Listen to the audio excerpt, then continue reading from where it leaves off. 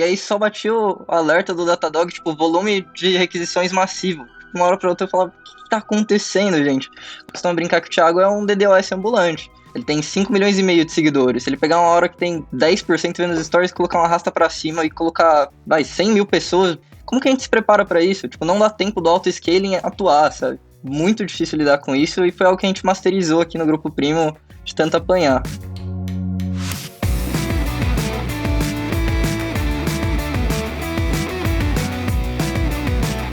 Fala Dev, beleza? Mais um episódio do Fala Dev aqui pro canal do YouTube da Rocket City. Hoje eu tô aqui com a galera do Grupo Primo pra gente trocar uma ideia sobre a parte de tecnologia deles ali dentro. Então, 2 semanas atrás, mais ou menos, eu tava lá dentro, troquei uma ideia com o Andrews, falei com o João também, troquei uma ideia com o Gianotto. E, cara, a gente foi comentando um pouco sobre os desafios aí ao longo dessa jornada de educação online, né? E a gente entrou muito nesse assunto de vídeo, né? De toda a parte de encoding de vídeo, transcoding, a parte de entrega, né? Então, e eles falaram que eles tiveram vários desafios lá dentro do Grupo Primo, coisas que a gente também teve aqui na Rocket City. A gente falou, cara, vamos gravar um podcast só pra gente entrar a fundo sobre todos esses desafios que envolvem entrega de conteúdo online, principalmente entrega de vídeo, escalabilidade, segurança, toda a parte de performance. E aí a gente tá aqui hoje então com o Andrews e com o João pra gente trocar uma ideia sobre como eles passaram por esses problemas, como que eles resolveram esses problemas hoje e o que eles ainda têm de problemas, o que eles estão resolvendo hoje em dia, né? E aí eu quero começar pedindo pro Andrews aí pra ele se apresentar, trocar uma ideia, falar um pouquinho o que ele faz dentro do Grupo Primo, quanto tempo que ele tá lá e comentar um pouquinho aí qual é a relação dele com essa temática de vídeos hoje aí dentro da empresa. Fala galera, tudo bem? Então, como o Diegão falou, eu sou o Andrews, eu sou Tech Manager aqui no Grupo Primo. Atualmente cuido da plataforma FinClass, de outros projetos de inovação. Estou no Grupo Primo há 1 ano e 3 meses junto com o João, ele vai até comentar um pouquinho mais, mas a gente costuma brincar que quando a gente chegou aqui era tudo mato, né? Então, a gente não tinha nada mesmo, a gente não tinha nem conta da AWS criada. E acho que foi um processo que ajudou muito a desenvolver tudo do zero e zero sistemas legados, muitas preocupações, né? Então, preciso de um dev mais sênior. Eu olhava pro João, o João me olhava e falava, é a gente, mano, como a gente vai resolver? E aí foi um caminho bem legal de evolução. Massa, cara. João, pode falar aí, cara. Meu nome é João, eu venho aí do universo da mensageria, então, trabalhei bastante ali com soluções de conversação por bastante tempo. Cheguei aqui no Grupo Primo junto com o Andrews lá atrás, faz um pouquinho de tempo, mas quando a gente chegou de fato não tinha nada. E curiosamente a gente chegou aqui para fazer atividades que estão longe do que a gente faz hoje. Hoje eu também ocupo a posição de Tech Lead aqui, responsável pelo time de back-end. Então, eu tô ali na coordenação do time de back-end, junto com uma galera super foda, que controla toda a parte ali de execução de conteúdo, enfim, toda a nossa controladoria de usuários. E a minha atividade principal hoje é cuidar do time, mas curiosamente quando eu e o Andrew chegamos aqui, nossa atribuição era, cara, constrói landing page pra gente aqui e não pode cair, faz landing page aqui pra gente, e foi isso. Lá 13 meses atrás, hoje a gente olhando pra trás tem uma grande evolução, e aí vamos entrar bastante nesse assunto, principalmente da distribuição de vídeo e conteúdo. Que massa, cara. A gente usa essa terminologia de quando eu entrei era tudo mato, né? A gente tem dev aqui na Rocket que tá desde o iniciozinho, assim, é muito massa. E é muito massa ver a evolução mesmo, né? Principalmente quando você é uma das primeiras pessoas a entrar num time na área tech, né? Você faz de tudo, né? Desde e-mail marketing até landing page. E chega um momento que você tá lidando com mensageria, com Kubernetes, com sei lá o quê. Então é realmente uma mudança bem drástica, assim, cara. E, cara, assim, a gente tem, até pelas nossas conversas aí semana retrasada, a gente tem muita coisa em comum, né? Não só nós, como empresas, mas a grande maioria das empresas que lidam com vídeo na internet, eu acho que tem problemas semelhantes que nós fomos derrubados pelo Vimeo aí e ficamos uns 2 dias offline para começar a correr atrás de alguma plataforma para começar a servir vídeos para parte educacional, né? Cara, assim, vocês conseguem lembrar de uma maneira geral, além de ser derrubados pelo Vimeo, coisas que começaram a indicar para vocês a necessidade de começar a construir talvez uma plataforma exclusiva de vídeos? Qual foi mais ou menos a jornada que vocês tiveram de tentativas, claro, sem citar nomes de empresas, mas qual foi um pouco assim a jornada do Grupo Primo no geral com vídeos? Quantas tentativas de empresas diferentes vocês fizeram até pensar em construir a solução própria e por que construir uma solução própria, né? Quando a gente entrou aqui, fazíamos de tudo, como o João falou, e utilizávamos o Vimeo para distribuição.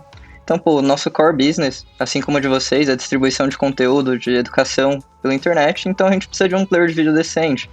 A gente tem o YouTube, que é onde grande parte das nossas mídias estão dedicadas, mas a gente vende cursos, nem tudo pode ser aberto. E nisso a gente entendeu que um dos cores do nosso negócio era vídeo distribuição. A gente tentou o Vimeo, mas, tem uma coisa complicada que eles derrubam primeiro e avisam depois o motivo, então a gente ficou um pouquinho de lado. A gente sentiu, nossos alunos não podem ter essa experiência. Eu não posso derrubar os vídeos do meu aluno, vai que ele tá assistindo, vai que ele tá em casa, tá aproveitando os 30 minutinhos de almoço para assistir alguma coisa, consumir nosso conteúdo. E a gente falou, vamos migrar. A gente migrou para uma empresa brasileira, tentamos bastante, eles tinham um suporte brasileiro relativamente rápido em relação a outra que a gente estava saindo. Porém, em um momento a gente falou, é nosso core, a gente tem que trazer dentro de casa, não só por controle, né, mas também por customização. Vocês devem saber que utilizando uma plataforma interna é 1000 vezes mais externa, é 1000 vezes mais fácil, mas a gente fica muito refém de atualizações deles, então nem tudo que está no nosso roadmap a gente é capaz de fazer porque a tecnologia está do lado deles, a gente só consome. Cara, bastante do que o Andrews falou e também pela velocidade de avanço do negócio, assim, muitas vezes a gente se olhava e, a gente estava restrito aos recursos que aquele serviço de distribuição global atendia, e, quando a gente veio para o nacional, a mesma coisa. Já foi incrível ter o suporte muito próximo, então a relação empresa brasileira ajudou bastante, o fato da gente conseguir, vamos tentar pedir, vamos tentar avançar aqui alguns recursos, como, por exemplo, distribuição de vídeo em altíssima resolução, a gente está falando de, 4K, talvez 8K, e aí quando a gente vai para uma solução que atende todo mundo, é meio que uma solução pato, assim, ela tenta atender todo mundo, mas não atende ninguém muito bem. E a gente olhou e falou, cara, eu acho que talvez aqui exista uma necessidade de assumir o controle desta coisa. E muito importante também, assim, a gente não descarta que foi super importante lá no começo, porque se a gente tivesse tentado nascer com isso, talvez tivesse sido muito mais complexo construir toda essa coisa, né, toda essa engrenagem. E, cara, a gente entendeu que, no momento de criação e os primeiros passos, foi sim importante ter um terceiro no processo que a gente consumisse como serviço, mas que em algum momento assumir o controle disso foi super importante pra gente, para dar continuidade à evolução do negócio. Então a gente olhou em um dos pontos assim que você questionou, cara, quando você viu que era necessário fazer isso, quando demandas de negócio ficaram travadas no nosso upstream ali de atividades, a gente não consegue ir para frente porque a plataforma X não entrega isso. Ali foi um ponto decisório, falamos, não, agora a gente vai assumir, ou melhor, vamos estudar como assumir, né? E curiosamente, a gente batendo papo aqui no escritório, a gente entendeu que, chegamos nos mesmos problemas que vocês aí, né? Todo mundo em algum momento bate a cabeça, cara, e agora? E agora não tem documentação, daqui pra frente sou eu e Deus, e vamos embora. Como o João falou, o Diegão deve ter pegado também, vídeo é extremamente complexo, são muitas pontas pra você analisar. Eu lembro que às vezes eu e o João entrávamos numas reuniões do tipo, os caras falavam, a gente entendia um total de zero, terminava a reunião, olhava pra ele, olhava pra mim e falava, que é isso? DRM, por exemplo, Digital Watermark. E vídeo é extremamente complexo, ressaltando que o João falou que os parceiros foram importantes porque era eu e ele, ao mesmo tempo que a gente tinha que olhar para as plataformas, tinha que olhar para LP, performance, escalabilidade, não dava pra gente puxar uma arquitetura de vídeos complexa naquele momento. Além de resolução, vocês lembram algumas outras coisas assim que pra vocês foram, era super importante ter e vocês pensaram, cara, a gente vai ter que desenvolver isso porque não tá dando certo com outros parceiros, assim? Cara, controle de bitrate, assim, controle da qualidade do encoding era super importante. Quando a gente estava usando uma solução pronta, você vai lá no drag and drop, solta ali o teu conteúdo, ele vai fazer alguma coisa ali por trás para transformar isso em várias resoluções, várias qualidades de trilha de áudio. Muitas vezes eles acabam reduzindo muito a qualidade por ser uma solução global e, a gente queria controlar esses parâmetros, assim, onde que eu ajusto os parâmetros do encoding de um vídeo, que, para aquele mais leigo que estiver escutando a gente, cara, aquilo que mostra lá para você, o vídeo tá em 240, 360, 480, a gente tem os tamanhos de resolução, mas tem subníveis desse tipo de granularidade. Então a gente fala, cara, quantos frames por segundo a gente vai encodar, qual que é a qualidade de cada frame, quantos bits por segundo vai ter em cada trilha de áudio. Então, esses parâmetros, como que a gente ajusta isso? Então, em soluções prontas, a gente não conseguia fazer. E essas eram algumas das siglas que cuspiam em mim, no Andrews, aqui bastante. A gente entrava numa chamada e os caras falavam, não, porque tem o ABR, porque tem o DRM, porque tem o watermark. Eu falava, o que vocês estão falando?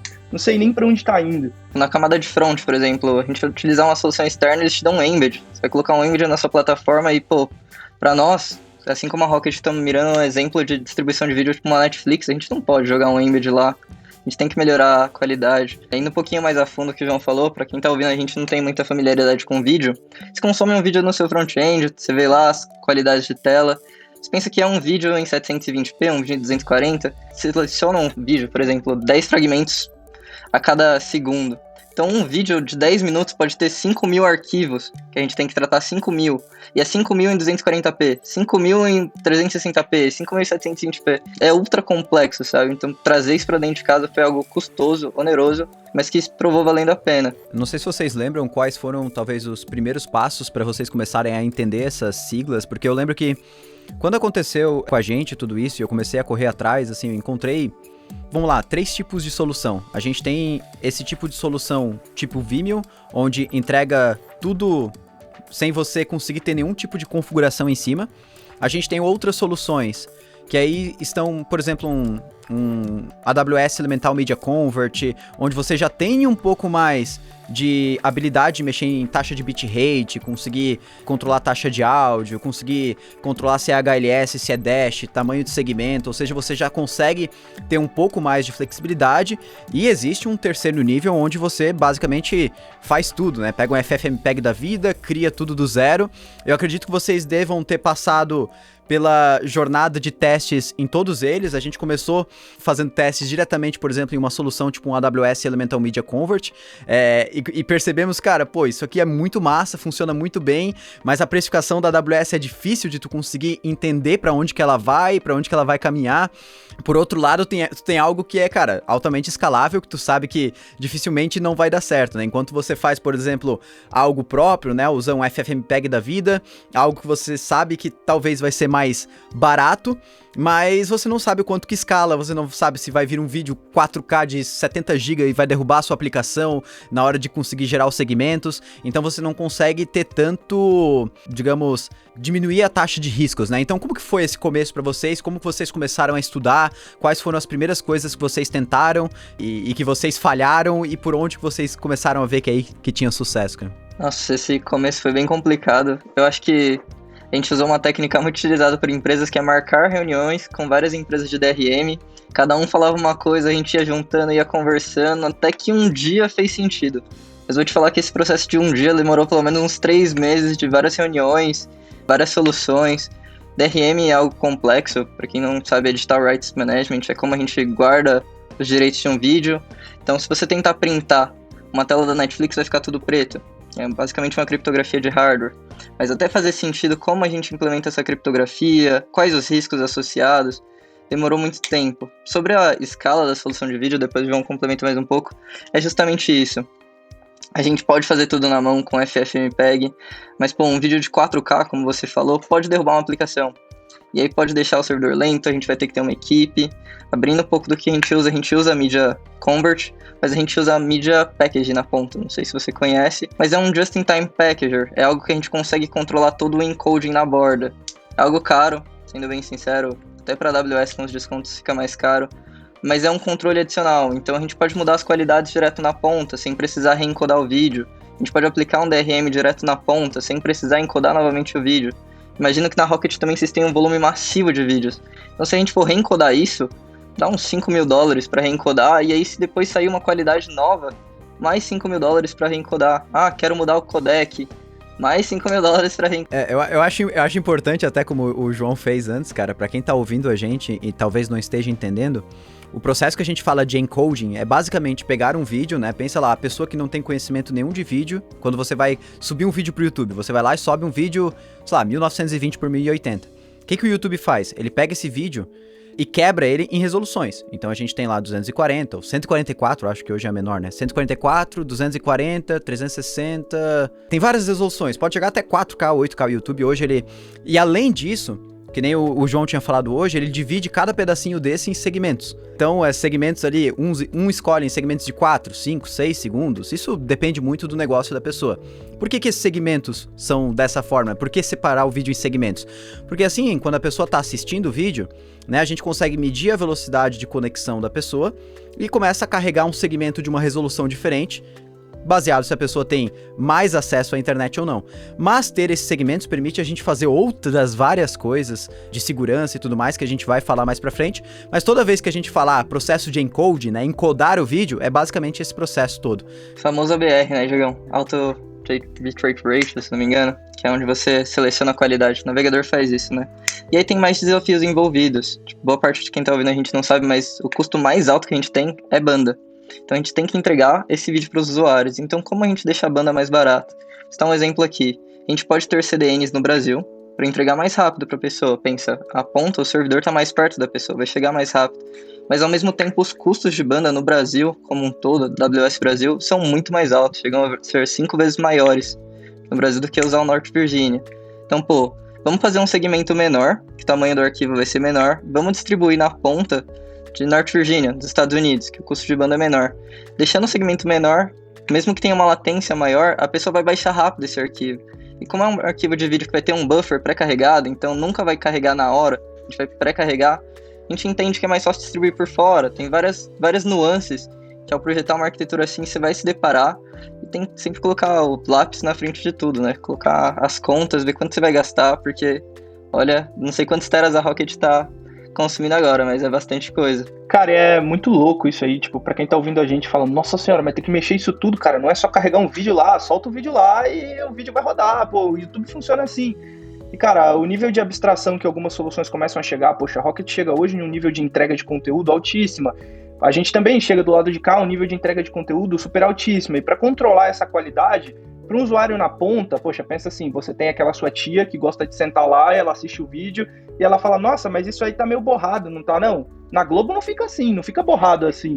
E poxa, como é que a gente vai entender essa coisa, né? Então nosso processo de estudo, ele foi muito baseado nisso, cara, foram muitas provas de conceito, então a gente pegava, fazia pequenas soluções, testando ali FFmpeg, e aí, poxa, vamos testar agora com uma solução de AWS, vamos testar com uma solução de terceiro, por que não? Vamos ver se existe alguma coisa aqui para o Linux que você instala uma VM e ele faz esse encoding. Será que tem? Cara, tem, existe, assim. Então, o nosso processo foi muito baseado nisso, nosso processo de aprendizado foi muito baseado em entrevistas com outras empresas, no ponto de vista assim, ó, cara, vamos entrevistar essa empresa para possível contratação, mas, por outro lado, a gente estava aprendendo também, foi super laboratório para a gente não sabia o que estava fazendo. E, por outra maneira, a gente avançou, né, um pouco mais, e aí chegamos ao estágio de fazer provas de conceito. Então testamos um modelo, testamos outro modelo, testamos um modelo, testamos outro modelo, testamos o avanço, testamos uma junção de 2 modelos, e hoje a gente usa uma arquitetura ali que é baseada em AWS, em sua grande maioria, mas existem soluções periféricas ainda plugadas nessa coisa, que são um FFmpeg da vida rodando dentro de um servidor Linux ali, dentro de um EC2, na cloudzinha bonitinha, para fazer coisas simplórias assim. Pensa, poxa, eu quero carregar um vídeo, mas eu quero gerar 8 thumbs de vídeos diferentes. Dá para fazer? Cara, dá para fazer. Dá para fazer dentro do próprio AWS, mas ficaria X% mais caro. Então a gente vai encontrando soluções e fazendo muito o que o Andrews falou.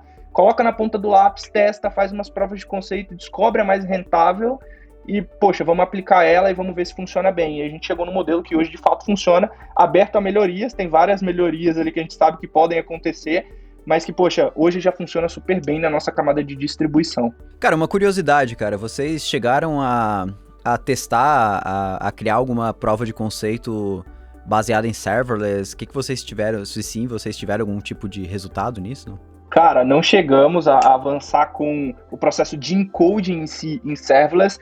Pelo que me parece, nas conversas que a gente já teve ali com o time AWS, que é uma solução meio mista ali por trás, que eles usam um pouco disso, às vezes, no processo de encoding. Mas a gente não chegou a testar uma solução autônoma em serverless. Apesar da gente amar serverless aqui, se eu pudesse eu tatuava, assim, serverless, mas tudo bem. Tatuava a AWS Lambda, assim, no meu braço. Janoto, que é o nosso CTO aqui, coordenador, às vezes ele fica com um pouquinho de raiva, que a gente fala que a gente ama muito o serverless, e ele não gosta tanto assim, entendeu? Mas ele gosta, mas ele não gosta tanto assim. A gente gosta muito, então se eu pudesse, eu usava o serverless para abrir a porta aqui do escritório, mas eu não posso. Então a gente testou, a gente não chegou a testar soluções autônomas, mas a gente testou soluções de terceiros no processo de encoding. O serverless não foi uma das autônomas que a gente testou, chegou a pilotar, até pela complexidade do construir ali. Algo que a gente conversou, Diegão, usar o serverless às vezes só para o encoding de um segmento. Por exemplo, a gente pode usar um Forensic Watermark, ou Digital Watermark. O que é isso? Para quem não sabe. A gente coloca bytes invisíveis no vídeo, que a gente consegue rastrear o usuário que vazou isso se um dia for para a internet. Então o que as empresas geralmente fazem, não sei se o Diegão chegou a fazer isso, encoda um pedacinho do vídeo só, um segmento com esses bytes invisíveis que dá para rastrear o usuário, até porque serverless é caro quando você vai pagar longas execuções, principalmente de Lambda, e encoding é algo pesado. Então Então faz isso, encoda um pedacinho de vídeo só para aquela pessoa, identificando o usuário, mas é algo que a gente tá estudando ainda, tá entrando no conceito agora para poder utilizar. É algo muito legal, Digital Watermark, para quem tem curiosidade, é o que os estúdios de Hollywood fazem para distribuir cópias antecipadas do seu filme e tudo mais, que se vazar, eles vão saber quem foi e aplicar uma multa provavelmente gigantesca. Inclusive, existem formas de tu conseguir... eu não sei se vocês fazem isso dentro da FinClass. Eu tava conversando, não sei se o Andrews falou sobre isso. Acho que o próprio Pato tava falando sobre isso, que é a questão de colocar o watermarking no áudio também, né? Então tu consegue colocar um certo ruído no áudio não audível, porém rastreável depois para a pessoa que compartilha aquele conteúdo, mesmo que compartilhe só o áudio, não tem como, a gente sabe quem compartilhou. E é uma coisa impossível da pessoa remover do vídeo, porque o segmento que você coloca, esse watermarking, ele não é o mesmo sempre e não é o mesmo pro mesmo vídeo, né? Então é muito louco, porque num primeiro vídeo pode ser que esse seja o segmento 1 de 200, no outro vai ser o segmento 5, e não é um só segmento, né? Então é uma coisa bem difícil da pessoa conseguir identificar e retirar, e na grande maioria das vezes inibe totalmente a pirataria, né? É muito bacana também pensar, cara, olha a complexidade que a gente tá chegando aqui na discussão de uma distribuição de vídeos, assim. Poxa, quando a gente vai aplicar um forensic watermarking desse aí pra gente identificar, poxa, quem vazou um vídeo, existe um outro lado que a gente tem que pensar, cara, se eu faço isso, eu não posso cachear, por exemplo, segmentos de vídeo em uma CDN. E aí, poxa, voltamos à ponta do lápis mais uma vez. Se eu faço isso, logo eu vou ter que pagar X tanto mais, porque eu não posso distribuir aquele mesmo segmentinho para 5.000 pessoas. Ou eu vou ter um pool de pessoas que podem ter vazado esse conteúdo. Então, cara, foram muitas soluções. É de fato bem complexo, assim, mas a gente gosta muito do Forensic Watermarking e do Audio Watermarking. A gente trocou ideia aqui no escritório, inclusive com o Pato, enfim, já testamos POCs disso aí. O Pato tem uma operacional, a gente está aqui avançando, o FinClass tem outros mecanismos de segurança em conjunto ali para identificar possíveis vazamentos e afins, mas esses são alguns dos quase já implementados, se não já implementados hoje, depende de quando você estiver ouvindo isso aí. Boa, cara. Vai fazer o deploy na sexta-feira, né, cara? Vou fazer o deploy hoje. Vou fazer o deploy hoje, só pra garantir, assim, que vai estar lá antes da galera ouvir, né? A galera vai lá no vídeo já. Tem uma coisa muito legal no vídeo. Pode falar, rapidinho. Na internet inteira, vou citar um exemplo como o Adblock, né? A galera sempre tá lutando Red Team contra Blue Team. Então o Adblock evolui pra dar bypass em ads, os ads têm que evoluir. A gente tá na mesma luta com o vídeo. Então, a todo momento sai uma tecnologia nova, sai um software que consegue baixar vídeos com DRM. Como a gente vai lutar contra isso? E é muito colocar na ponta do lápis, tipo, será que vale a pena eu chegar nesse nível? Tipo, DRM, Audio Watermark, Forensic Watermark. Será que, tipo, eu vou gastar R$2 pra distribuição de vídeo em algo que não seria tão ruim se vazasse, sabe? Sempre colocar na ponta do lápis, é tudo muito legal, mas nem tudo vale a pena no começo do seu negócio, sabe? A gente chegou a vários pontos, assim, de decisões como essa aqui na Rocket, assim, cara. Eu acho que os primeiros casos que a gente teve de pirataria, assim, cara, a gente olhou mais ou menos o que o Andrews falou, assim, cara. Cara, assim, o que custa mais pra gente? Desenvolver uma solução própria pra evitar pirataria ou simplesmente deixar, nesses casos, que a pirataria aconteça e resolva em cima daquilo, né, uma pós-resolução depois que aquilo já aconteceu, né? E, cara, assim, no começo é muito isso, cara. No começo, às vezes, não vale a pena. Você tem tanta coisa pra fazer que se você vai parar o seu time pra desenvolver uma solução de vídeo tão complexa quanto uma solução, por exemplo, igual a da FinClass, sendo que você, cada camada que você adiciona, vem uma nova tecnologia, um software que dá um jeito de baixar e você nunca acaba o trabalho, às vezes não vale a pena, né? Às vezes é mais fácil você lidar com a pirataria de outras formas do que necessariamente desenvolver algo do zero. Eu lembro até que no começo da Rocket, assim, chegou um momento que a gente falou, cara, pra gente, às vezes, vale mais a pena jogar tudo no YouTube do que ficar lidando com 50 problemas de vídeo, com plataforma caindo, com entrega, com não sei o quê. Então, assim, são decisões que elas vão mudando conforme o seu negócio cresce. A responsabilidade, ela vai se transferindo de um lugar para outro conforme o negócio cresce. Outra pergunta que eu tive, né? A gente até tava aí semana retrasada, eu vi que vocês bateram muito papo com o Gabriel Pato, e ele ajudou vocês com algumas coisas de segurança, assim. Que outras, talvez, referências vocês tinham no mercado, outras pessoas que talvez vocês foram buscar, ou outras documentações e recursos que vocês utilizaram para aprender tudo isso e construir a solução que vocês têm hoje, cara? Cara, sendo bem direto aqui, eu, João e Deus. Cai naquela situação do que eu falei, pô, preciso de um sênior. Não tenho, mano, a gente vai ter que descobrir. Brincadeiras à parte, a gente contou com a ajuda de um grande amigo que apresentou serverless pra mim e pro João, chamado Eduardo Ritter. Referência em serverless, ele tá na XP atualmente. O Pato foi muito engraçado. Como que a gente se aproximou dele? Estávamos ambos fudidos com o mesmo problema de DRM. E aí acho que é muito mais fácil fazer amizade com alguém que tá na mesma situação que você. Então a gente se aproximou, aprofundou bastante. Solução de audio watermark, a gente passou algumas madrugadas, eu e ele em cal pra gente matar isso, o João também. Tipo, estudando, sabe? Foi o que a gente teve mais referência em vídeo. A forma mais fácil de montar uma amizade é ter o mesmo inimigo, né? Então vocês basicamente se juntaram em busca de resolver o mesmo problema. Cara, e um apoio super bacana que a gente teve também, pô, a gente comentou aqui, cara, a gente usa hoje uma solução parcialmente AWS, a gente teve super apoio ali da Amazon também no processo de descoberta dessa coisa, que a gente tá falando aqui, poxa, dá pra usar um FFmpeg ali dentro de um servidor e, poxa, ele vai fazer o encoding pra você, ou você pode usar o Amazon. Parece que é um drag and drop lá dentro da Amazon também, né? Mas também não é assim, não. Tem 50 parâmetros para você configurar lá dentro, é super complexo. O nível de complexidade é bem similar, inclusive, a diferença é que um é muito escalável e o outro talvez nem tanto, você precisa cuidar disso. Mas a gente teve um super apoio do time da Amazon, tanto no Brasil quanto internacional, sobre como configurar esta coisa e como precificar esta coisa também. Uma vez configurado, a gente não sabia quanto custaria no final do mês fazer a distribuição por ali. Pra gente que tá lidando aqui, plataformas, poxa, o Finclass ali é uma plataforma gigantesca, não dá pra você mudar 1 ou 2 vídeos. Geralmente quando a gente vai fazer, a gente faz um conjunto de ativos, então, poxa, faz 50, faz 60, você muda 60 e eles estão errados, você não sabe quanto isso vai te custar lá na frente, é meio que um tiro no escuro. Então a gente teve super apoio aí também, além das amizades aqui próximas, o Pato, o Ritter e, poxa, muito GitHub, Stack Overflow, se você não usou para procurar esse tipo de coisa, saindo daqui, quando você terminar de escutar, pode ir lá pesquisar, você vai encontrar pouca coisa, mas vai encontrar. Então a gente usou bastante referência da web, assim, brincadeiras à parte, vários repositórios no GitHub como referência também para identificar o que as pessoas de fato estavam fazendo, mas curiosamente não existe no YouTube muitas referências sobre isso. Então, se você for no lugar do encoding, os reis do encoding, procurar sobre encoding, você não encontra. Vocês têm a obrigatoriedade de compartilhar esse conteúdo com o Brasil, cara. Eu tô aqui, uma promessa do Diego, eu vou arrancar esse conteúdo do Andrews e do João aí. Durante o ano que vem, cara, a gente vai criar aí uma série de vídeos sobre encode de vídeo, porque não é possível que esse conteúdo vai ficar armazenado na cabeça de vocês. E um monte de empresa vai passar por esse problema aí sem saber resolver, cara. Vamos ensinar a fazer plataforma, hein? Vamos fazer plataforma, gente. Vamos fazer distribuição de vídeo, super bacana. Super bacana quando tá pronto, né? Tem uma dúvida pro João e pro Diegão aqui, ó.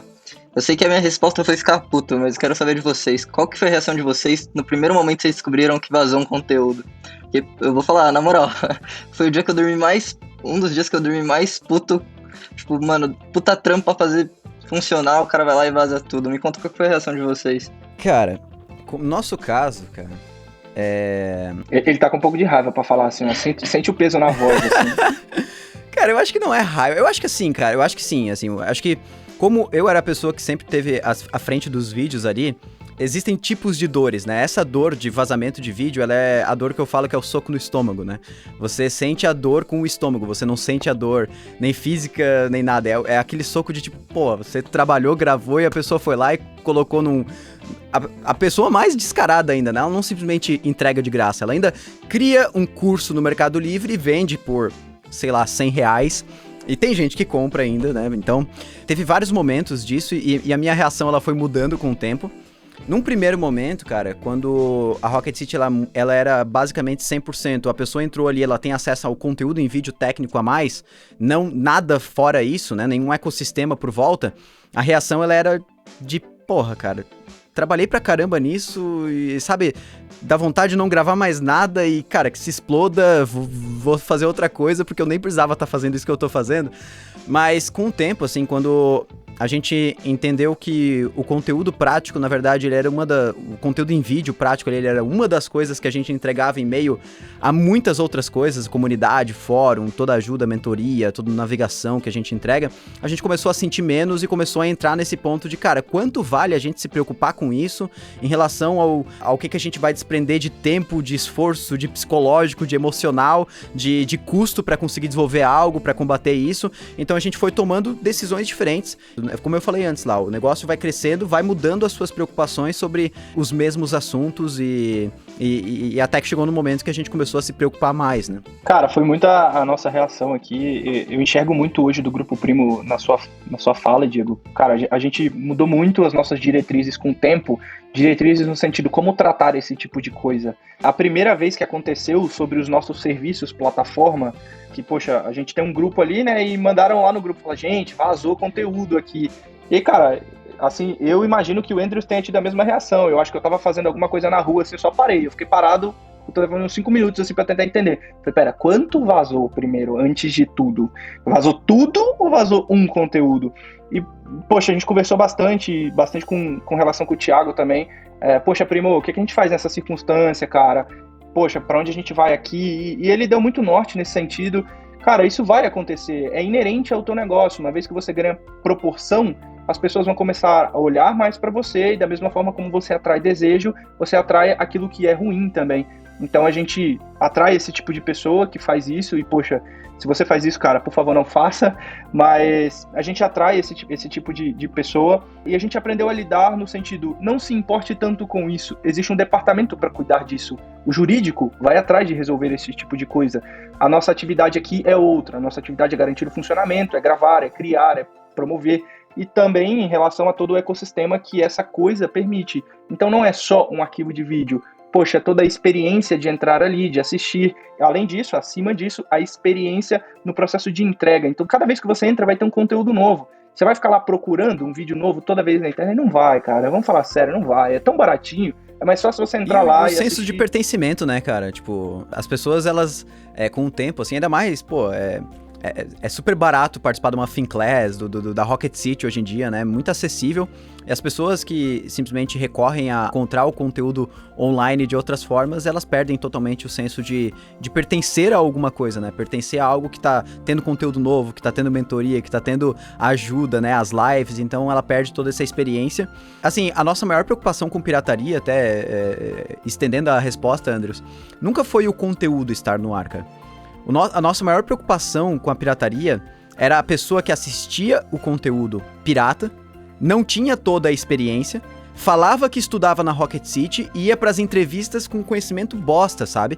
Com uma experiência ruim, assim. A pessoa não participou, não fez os desafios, não entregou teste, não teve correção de nada, e aí só assistia os conteúdos e falava, eu estudei na Rocket City. Cara, nada, assim. A pessoa não teve nenhuma da experiência. E aí a nossa preocupação era essa. Isso sujar o nosso nome porque a pessoa simplesmente falava que consumia o conteúdo, assim. Mas, cara, que nem o João falou, assim, na grande maioria das vezes isso é responsabilidade do jurídico e apesar de ser um soco no estômago, depois a gente acaba dando algumas risadas em ver a cara das pessoas quando recebe o processo em casa. Então, cara, é isso, vai com o tempo melhorando. Disclaimer aqui, o jurídico do Grupo Primo é muito forte, vamos evitar. Cara, a gente tem casos aqui que a gente já recebeu, assim, imagens mesmo das pessoas sendo presas, de fato, por esse tipo de coisa, por vazamento de conteúdo. Poxa, Sim, o Thiago com certeza. é uma pessoa que tá na internet aí há muito tempo, com distribuição de cursos e tudo, e, poxa, várias vezes a gente já recebeu a positiva das ações jurídicas, a gente vê de fato essas coisas chegando ao mundo. Então, às vezes a gente pensa assim, nossa, existe quem vaze, mas nunca é preso por causa disso. Cara, sim, acontece e acontece muito. Hoje, cara, a internet assim, é muito fácil identificar qualquer pessoa dentro da internet. É uma terra muito com massa lei, porque... né? Hoje é uma terra com lei, é diferente de antes. Exatamente, cara. Eu acredito que deve acontecer com vocês também, mas como a Rocket aqui a gente tem muito esse senso de comunidade, é muito louco que o conteúdo pirata, ele entra no ar, do nada toda a comunidade já manda mensagem pra gente falando, olha, entrou esse conteúdo, tá aqui o link, tá aqui o usuário da pessoa que subiu, não importa se seja um fórum lá, cara, mó maluco, assim, deep do deep, assim, muito difícil de encontrar, sempre tem alguém mandando pra gente, e aí a gente sempre dá um jeito de correr atrás da pessoa, cara. O João vai identificar, mas é muito normal a gente acordar com um print do Thiago Nigro, tipo, alguém mandou pra ele no Instagram. Tipo, a galera gosta mesmo, gosta da gente, gosta da Rocket, então eles vão ajudar. Então a nossa própria comunidade denuncia, vai atrás. Então isso é muito legal, ver o quão queridos somos, tipo... a pessoa podia estar consumindo o conteúdo sem pagar nada, mas não, ela decidiu reportar pra gente tomar ações legais. Então é um senso de comunidade muito forte. Sei que acontece bastante em tecnologia, mas no mundo financeiro, no mundo das finanças também é algo incrível. Repousando esse assunto, assim, sobre a nossa discussão, perceba como são várias ferramentas que vão se agrupando de forma que você consegue dizer, foi você, eu tenho certeza que foi você. Então, quando a gente junta, poxa, toda essa discussão, o jurídico acusa e a pessoa fala, não foi eu. E aí você fala, não, eu tenho aqui uma prova que o seu vídeo foi encodado no segundo 47 do dia 18 de janeiro, que foi quando você estava assistindo e gravando. E, poxa, você estava assistindo uma máquina no lugar tal, com um IP tal, que inclusive é o IP da tua casa hoje, do teu provedor de internet. Então, são muitos argumentos, assim, que vão se somando, e hoje a gente tem toda essa confiabilidade nas camadas de distribuição de vídeo, de forma independente até, né? Tendo isso de distribuição própria, conseguindo construir estes recursos e somando eles no sentido de garantir confiança, qualidade, segurança, tudo isso para o conteúdo que a gente produz. Uma coisa legal, acho que a gente compartilha nós três. Eu conversei com o Diegão, que acho que nós dois começamos com Keyloggers lá atrás, né? O João bateu no Universe Hacking também, tipo... Cara, 10 anos atrás era terra sem lei. 10 anos atrás juntava madrugada pra fazer DDoS em site, fazer um monte de coisa de errado, mas naquela época não tinha uma jurisdição que falava que era crime. Hoje em dia você não pode mais fazer isso, e hoje em dia você vai realmente preso. Você vai sofrer ações legais. Até teve uma ação recente de usuários nos Estados Unidos recebendo multas por correio pelo download de torrents. Hoje em dia, tá muito seguro a internet. Por mais que alguns pontos faltem um pouquinho mais de segurança, mas a gente tá avançando bastante nesse contexto. E eu sempre falo, cara, assim, não tem condição pra pagar, por exemplo. Cara, pô, a gente entregou 500 bolsas de estudo no Dual, então, assim, é impossível que a pessoa... não consiga se esforçar um pouquinho pra estudar da maneira correta e tudo mais. Mas, cara, voltando pra um ponto técnico aqui, que a gente teve muita dor de cabeça, acredito que vocês também, é entrega, né? Porque tem um processo de encoding, beleza? Temos o vídeo, 1080, vamos lá, geramos ele em todas as resoluções, e agora a gente precisa entregar esse vídeo, famosos CDNs. Que aí, imensidão de CDNs possíveis, custos diferentes, precificação diferente, entrega, latência. Me fala um pouquinho de qual foi a jornada de vocês em relação a CDN, né? Pensando que, beleza, Vimeo, essas soluções geralmente têm algo próprio, e depois que vocês começaram a correr atrás de CDNs, o que vocês testaram? Não necessariamente citando nomes, mas o que vocês passaram e experimentaram, e qual que é a solução final de vocês hoje? Vocês usam um CDN só? Vocês usam multi-CDN? O que vocês fazem hoje aí dentro do Grupo Primo? Bom, eu vou começar aqui falando um pouquinho de escala, depois o João, até legal aprofundar um pouquinho na escala, que a gente tem um pouquinho de maestria nisso. Mas, pô, vou citar um exemplo aqui bem complexo. Imagina que no lançamento da Finclass a gente tinha 150 mil pessoas assistindo pelo YouTube, e assim que o Thiago apresentou o produto, todo mundo foi pro site, todo mundo foi assinar e todo mundo queria assistir.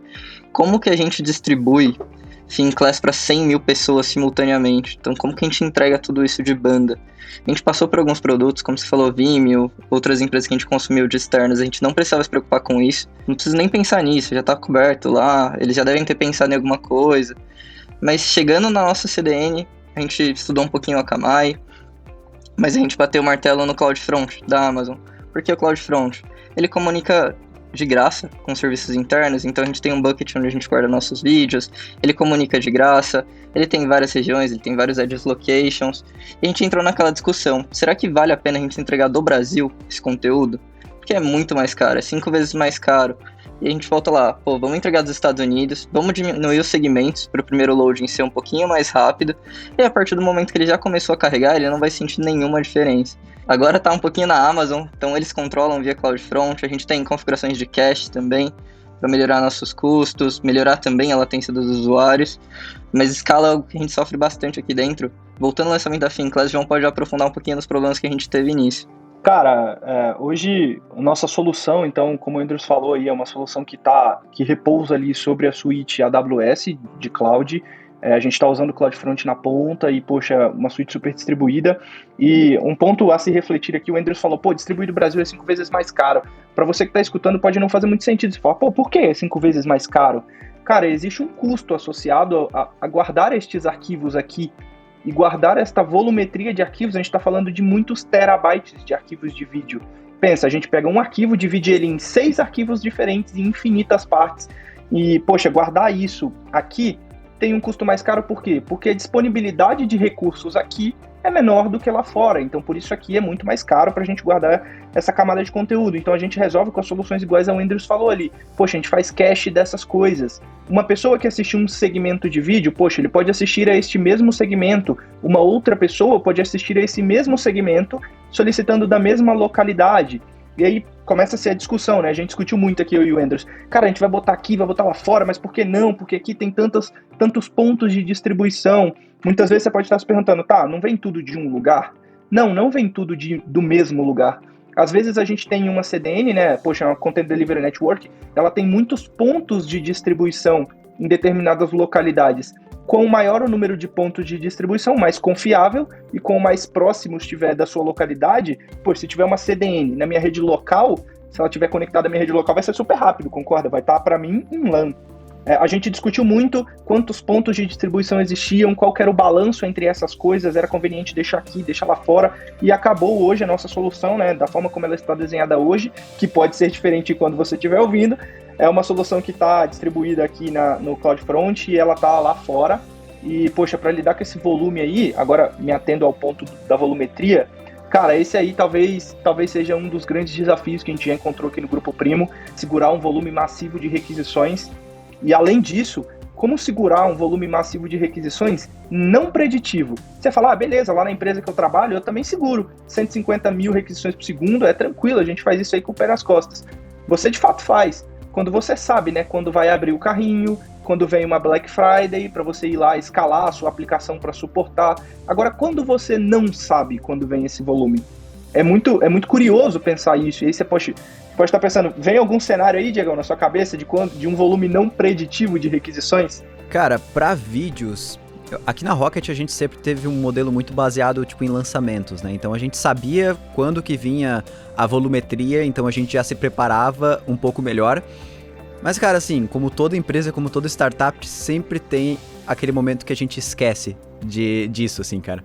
Como é um trabalho, de certa forma, manual, quando a gente faz alguma ação que não tá, digamos, no calendário que a gente já sabe que vai acontecer, às vezes a gente esquece de, cara, meu Deus, tinha que olhar pra volumetria, pra começar a entender, pra já deixar escalado, já um tanto de folga e tudo mais, pra conseguir que o autoscale depois consiga fazer sozinho. Então, às vezes a gente esquece, isso acontece. Cara, a gente aqui no Papo Dev é muito fácil, né, a gente falar isso. Não, vamos que preditivo, alguém avisa quando for lançar, a gente tem um calendário pra lançar. E pra explicar isso pras marcas aqui da empresa, pra gente falar, Thiago, toda vez que você for postar um stories aí, você me liga antes pra eu escalar o servidor aqui, aí você aguarda 15 minutos e você posta o teu stories. Cara, é impossível, é simplesmente impossível ganhar esse argumento, assim. Ele falava, eu não vou te ligar para avisar quando eu vou soltar um stories. E, poxa, é comum isso pra gente. A gente tem um modelo também de lançamentos, mas o Thiago, ele identifica, fala, saiu um conteúdo novo. Se ele estiver assistindo, ele vai gravar um stories e fala, olha, gente, saiu um conteúdo novo, corre lá para assistir. E daí vem uma porrada nas nossas aplicações não preditiva de, sei lá, cara, 20, 30, 40 mil pessoas para assistir aquele conteúdo de uma vez só. Poxa, uma taxa percentualmente falando muito pequena do volume de seguidores do Thiago. Então é de fato fácil isso acontecer. Chegar a 40 mil pessoas, 50 mil pessoas de uma vez na aplicação, fazendo N requisições no processo de, poxa, desde entrar até dar o play. Então isso aconteceu muito e um dos motivos da gente preparar para esse volume não preditivo ou desenhar a nossa arquitetura resiliente a isso, que aguentasse essas engrenagens, foram cenários como esse, assim, das marcas tendo que anunciar, de empresas terceiras, começam relações aqui, B2B, né, empresa a empresa. Então a gente fala, olha, XP Investimentos, a gente vai fazer uma campanha com vocês anunciam aí o nosso serviço. A XP ou outras empresas, enfim, seja lá quem for, não vai te ligar para falar, olha, eu posso fazer agora? Cara, eles simplesmente vão fazer, o acordado é fazer. É muito complexo você negociar em marketing um horário para isso acontecer, é diferente do cenário de televisão, né? Então, poxa, a gente de fato teve que aprender e se preparar para esses volumes não preditivos. Imagino que a Rocket também passa por cenários muitas vezes assim, né? Cara, tem um ponto importante. Acho que várias vezes eu já acordei, o João já acordou, com alertas do Datadog, inclusive Datadog paga nós, avisa nós que tá difícil. Tipo, o Thiago decidiu abrir uma live do nada, eu não tava acordado, o João também não, e identificava uma oportunidade de negócio, colocava essa galera uma rasta do 5am Club dá muito trabalho, né, cara? Cara, é complicado. E ele colocava uma rasta pra cima, e aí só batia o alerta do Datadog, tipo, volume de requisições massivo. uma hora pra outra eu falava, o que tá acontecendo, gente? Como a gente se prepara pra isso? A gente costuma brincar que o Thiago é um DDoS ambulante. Ele tem 5 milhões e meio de seguidores. Se ele pegar uma hora que tem 10% vendo os stories, colocar uma arrasta pra cima e colocar, 100 mil pessoas de uma vez em um site, que seja um site que vai ter uma CDN por trás também. Como que a gente se prepara pra isso? Tipo, não dá tempo do auto-scaling atuar, sabe? Muito difícil lidar com isso e foi algo que a gente masterizou aqui no Grupo Primo de tanto apanhar. Cara, essa solução aí que o Andrews comentou é de fato importante, assim, às vezes a gente fala, poxa, a solução escala. De fato, as soluções hoje, a gente tem várias formas de escalar serviços, né? Agora, todos os serviços que escalam, eles de fato têm uma rampa, assim, quão rápido isso escala. Às vezes uma pessoa abrindo um Stories, ou quando isso é oportunidade de negócio, principalmente, quando é uma chance de venda real para um cliente, o cliente ele não vai aguardar 45 segundos. Às vezes você perder ali 45 segundos porque o cara recarregou a página 3, 4, 5 vezes para conseguir entrar, que ficava no loop infinito ali de loading, poxa, você vai perder X% da tua carta possível de venda. Então a gente teve que aprender a lidar com essas coisas e de fato desenhar soluções aí resilientes a esse tipo de coisa, principalmente nos cenários não previstos, como o DDoS ambulante, vulgo Thiago Nigro. Boa, cara. Uma parada que, tipo assim, deve ser, bom por vocês ter muita demanda, é que qualquer teste que vocês façam de reduzir custos, ele é muito expressivo, né? Ou vai dar muito certo, ou vai dar muito errado e vocês, sei lá, em pouco tempo vão conseguir medir isso pela largura de banda. Diferente de alguém que serve pouco, a pessoa faz uma alteração de bitrate, uma coisa ali, cara, não vai ver grandes diferenças e talvez não vai conseguir medir se trouxe resultados ou não, né? Foi só, cara, uma coisa que veio na minha cabeça, assim. Mas é uma faca de dois gumes, né? Porque qualquer errinho pode ser um custo imenso. O cara então, deixou um zero a mais ali no final do bitrate sem querer. Não, quer dizer, tá louco. Isso aí é bem bacana, assim, a gente teve que aprender, pensa assim, ó, hoje o Finclass é um serviço que existe, né, a gente tem o Stage também, poxa, serviço que existe, tem volume grande de clientes, mas pensa para lançar isso. A gente saiu do zero, e poxa, você sai do zero para um lançamento com uma marca com 5 milhões de seguidores. Então, poxa, a gente teve que ensaiar, e existem hoje, de fato, na web aí, soluções para te ajudar a testar estes volumes, para simular volumes sobre a sua aplicação. Então, poxa, vou deixar aqui um aprendizado que a gente teve. A gente aprendeu como testar as nossas aplicações a largos volumes. É uma coisa que hoje a gente conversa com alguns desenvolvedores no processo de contratação mesmo, e fala, cara, como você testa? Ele fala, poxa, não sei muito bem como eu testo para grandes volumes.